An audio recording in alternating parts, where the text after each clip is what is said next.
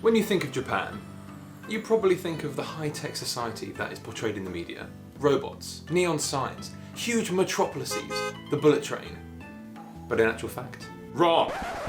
Hello and welcome back to We Go East. I'm Ashley and this is Theo.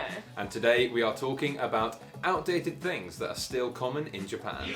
As a tourist, you might be distracted by the bright lights of Tokyo and all of these crazy things that are happening and not realise some of the really outdated practices that still go on in Japan. But don't worry, because today we're going to tell you about them. We're going to enlighten you. Jumping straight into it. Fax machines. Here's a question. When was the last time you used a fax machine? Never? 10, 20 years ago? For us, it was today. Fax machines in Japan are still as prevalent as they were 25 years ago. We've both been asked to fax things through the office. Our schools have fax machines. Convenience stores have fax machines. Some people even have fax machines in their homes. I didn't even know what a fax machine was before I came to Japan. I knew what they were, but I'd never used one. I'd heard of it, yeah. My parents talk about them every now and again, and especially when I came here and I was like, they still use fax machines. They were like, you're joking. I thought Japan was supposed to be like futuristic. In actual fact, no, it's not. What the fax? What the fax? Per capita, the greatest fax use still occurs in Japan. Faxes and fax machines are still incredibly common. In the West, emails overtook fax a long time ago, perhaps 25 years or more, but that has not happened here. Part of the reason it's not happened in Japan is because people really want a paper record of things. So fax delivers that in a way that email can't. Yes. For those of you that have never heard the screech that fax machines put out when they connect to the internet, we'll play it for you now.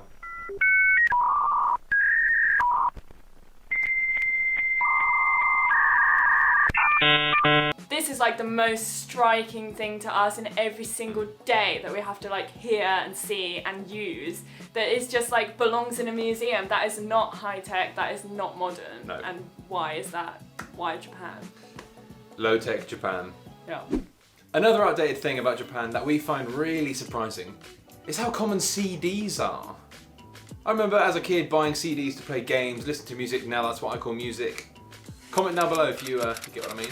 In Japan, CDs still dominate the music market, and Japan is the world's biggest consumer of physical music. This is really odd for us because in the UK, Spotify launched back in 2009 and we've been using it almost ever since. But in Japan, it only launched in 2016. Wow. This shows just there's been absolutely zero market for it until very recently. CDs are super common still in Japan, and not just buying CDs, renting CDs. I actually have a bit of a story about this because me and a friend of mine went to go get a CD for a band he likes, and we went into a CD shop, which are everywhere in Japan, and we went and we looked through all the CDs, all the thousands of CDs. We eventually found it. We take it to the guy to buy it, and he's like, no. He's like, this is a rental store. Every single thing in here is just to rent. Like, renting CDs. What? They're not even for sale. You just rent them and you have to give it back like 2 days later. And I do not understand this like business model, because surely you could just burn the CDs. I don't understand it. Piracy? That's what I said. Well, yeah. Piracy laws in Japan are very strict. Yeah, so you get done. Yeah. You get done for that. Pirates are bad. Would you steal a handbag? You wouldn't burn a CD. But what? But what are the blank CDs for then? Like, what are they for? Burning my sick mixtapes. Fire. Comment for my SoundCloud.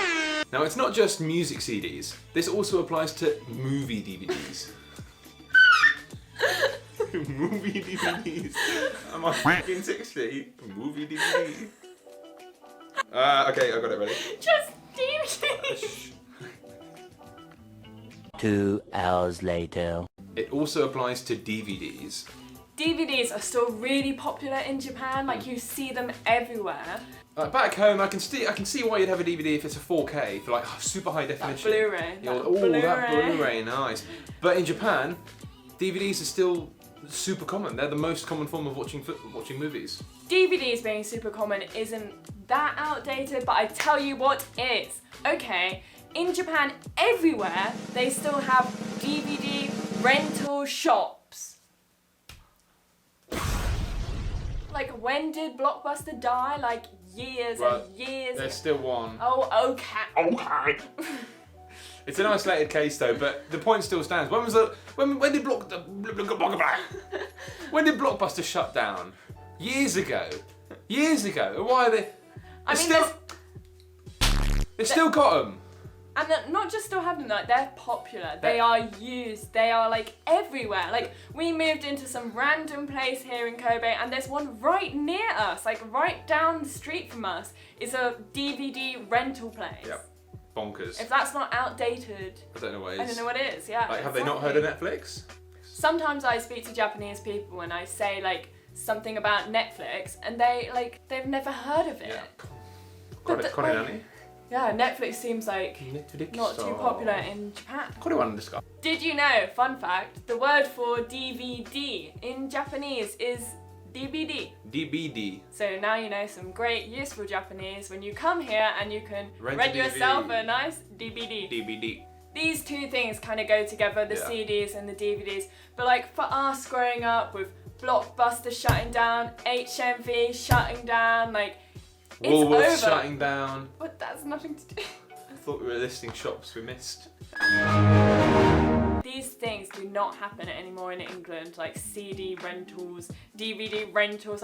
Now it's just, straight to Netflix, straight to Spotify, YouTube Music. Tidal, all these online streaming platforms. Yeah, online but Japan is still really entrenched in its ways. Yeah, like the physical thing. They like the physical thing. They like the physical thing. They like the physical thing. You can rent it. The physical thing? You can rent it in Japan. That's another video. What the facts? The facts. Now the next outdated thing that's still common in Japan is one that we can talk about with experience, being teachers. And that is blackboards in classrooms. Compared to the whiteboards and smartboards of the UK, Japan seems fairly low tech in comparison. In England it's always smart boards and in Japan it's always blackboards. It's quite a big difference of having some chalk. When I first started teaching in the countryside in Japan, my classroom was literally a blackboard, like a big blackboard, and almost every school in Japan it's still blackboards. There's not whiteboards. There's no smart boards. Now there's sometimes like projectors, but for the most part it's a lot of blackboards. And to be honest, I prefer chalk. Like, I like writing with chalk. It makes me feel very teachery. Like, you're writing with chalk on a blackboard. Get it. But like, I don't really like the whiteboard, like in the erasers. You always run the risk of using a Sharpie or a permanent marker on a whiteboard, and that always happens. Yeah, it always happens, always. but never with chalk. Funny prank that. Now, like, a blackboard and a piece of chalk is probably as low tech as you can go, but it gets the job done. I, for one, quite like using the chalk and the blackboard. And it's still in every school. Very common. And very antiquated. Yeah, that is old school. That is old school, like, hitting kids. They don't hit kids. Throw in chalk, like in Harry Potter.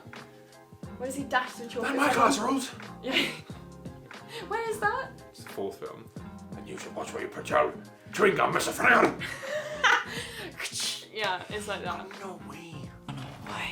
Now, moving on to our last point, and this is definitely one of the more obscure ones, but nonetheless surprising. And if you're a tourist in Japan, you will experience this. Yes, you will. Portable Wi-Fi. What's that, I hear you ask? Is it a little router you carry around with you? Surely not. Well, it is.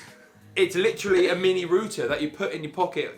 It's almost too big to put in your pocket. Yeah, it's quite big. It's about this big. You ever been to a food court and, when you're waiting for your food, you get a little buzzer? It's pretty much that sort of size. The reason that they need to have this in Japan is because not a single place has Wi-Fi. And this is an outdated thing that isn't common in Japan. You might think of, why don't they have SIMs? Like you go to another country, you buy a SIM. if you've ever been to Thailand or somewhere that's super cheap and you get like 30 gigs or whatever. No, not in Japan. Realistically, you're not calling people while you're here, so you just want Wi-Fi. Yeah. So Japan has dealt with this problem by having like portable Wi-Fi that you just carry around with you for your trip, and then you give back at the end of the trip. Where doesn't have Wi-Fi nowadays? Like, admittedly, you can get Wi-Fi in some convenience stores, but apart from that, there's like... If you go to a cafe, it's not going to have Wi-Fi. There's no Wi-Fi. If you go to a restaurant, it's not going to have No Wi-Fi. It's not like a thing. No. In my hometown in England, they started putting Wi-Fi on the bus. Like, I'm on the bus for like 10 seconds and I can connect to the Wi-Fi. But here, no Wi-Fi. This is definitely one of the more frustrating ones. Like, why? Why didn't they just have Wi-Fi in places anyway, and then you don't need any of this? And that's it. Those are the outdated things that are still common in Japan. These things we have to deal with like all the time. Like most of these we see every day, like we deal with it every day, especially faxing all the time. But, of course, there are some outdated things that are common in Japan that we love, that are great. Like, I'm all about the retro, the retro chic. the arcades. Yeah, I'm all about it. The like, neon lights. the little things, the little pets. Tamagotchis. Tamagotchis! You can still get Tamagotchis in Japan. I'm about that. Like, It's really surprising to us that there is so many of these outdated things, because we really thought that Japan was like futuristic, modern, and it's really odd because there's such a contrast between these two things. It is really outdated in these ways that we've said, which are things that we deal with every day, but it's also super modern in other ways. Like, we have Shinkansen here. Automated sushi making machines, you've got robots doing stuff, AI doing this, you've got hotels with no staff. There's no front desk, it's just a robot who signs you in, but that's another video. So make sure to subscribe to stay up to date with our future videos. Let us know in the comments which one you think is the most outdated. And if you enjoyed today's video, why not give the video a like? Prevent us from becoming outdated on YouTube by giving the like button one little click today. One little stroke. Go ahead and stroke that like button for us. Sayonara.